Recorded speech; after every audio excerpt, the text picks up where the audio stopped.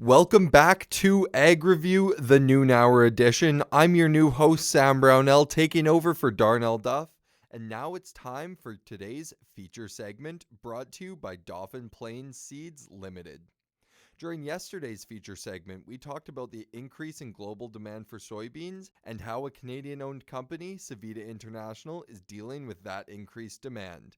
Well, today I'm lucky enough to be joined by a Manitoba farmer, Scott Perkins, who has partnered with Savita International.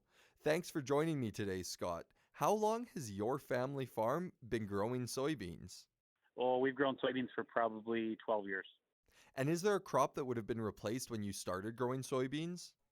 It just wasn't part of our rotation. We still had cereals and canola and things like sunflowers. Probably some peas back then in the rotation, and this just took the place or spread out the diversity of the cropping rotation. So soybeans got added in as varieties started to come to Manitoba that were early enough to be used here.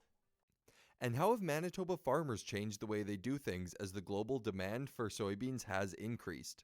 I think as time has gone on, we've learned new techniques, seeding rates, fungicides, herbicides, seeding timing, harvest timing, all those. Just a whole a slew of things together has increased the production. But of course, we're always limited by Mother Nature and her ability to let the rainfalls at the right time. That's probably the biggest production challenge with soybeans. Did the drought we saw across the prairies last year really affect the crop? Yeah, last year, I mean, we came off a good year with soybeans 2 years ago because we had the rains at the right time in that late July, early August timeframe. And this year was just too dry for too long, and we were limited on yield potential this past year. Well, hopefully all the snow we've had this year will help.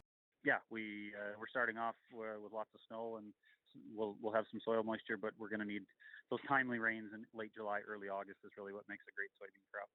And just one last question. We talked to someone from Savita International for the show yesterday.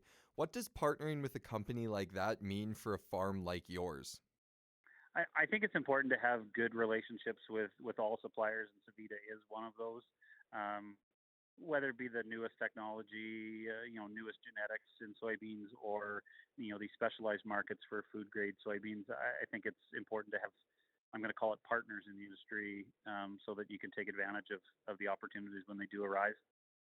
And thank you to Scott Perkins, who took the time to talk to us today about how Manitoba farmers are responding to the global increase in soybean demand.